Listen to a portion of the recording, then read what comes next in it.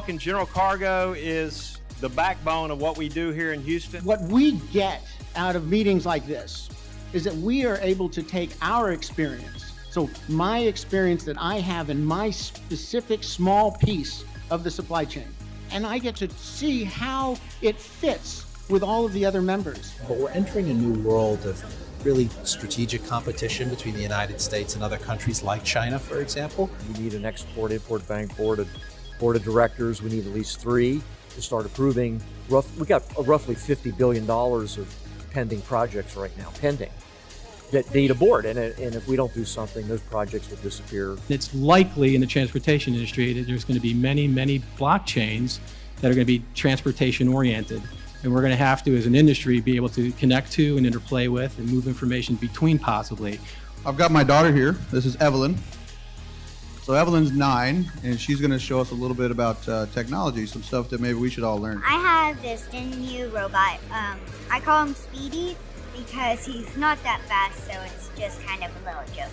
You can code it, and you can actually teach it to do math. So I think probably one of the most, recognizable technologies is the use of UAVs today.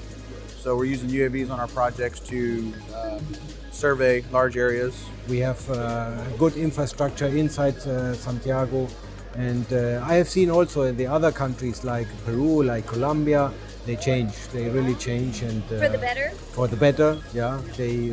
They copy Chile. Most of these countries copy and say, well, we go for what they do there, and I think it's very, very nice. The one who wins is going to dictate the pace of the movement, but we will move forward.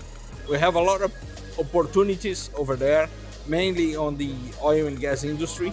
It's time to move. It's time for Brazil to be great again. Obviously, on capital projects, EPC logistics groups and freight forwarders, we have to work together to execute those projects. There's no way around that. If I submit a scope to these guys and we're talking about a partnership, I expect that they bring to my attention that I may not know.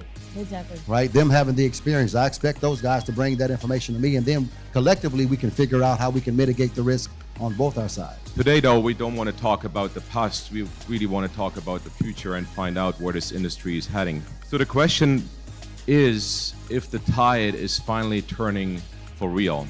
We've got to remain realistic to be competitive in this industry.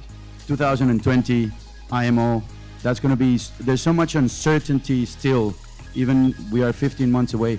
How is that going to affect our segment in particular? There's no turning back now.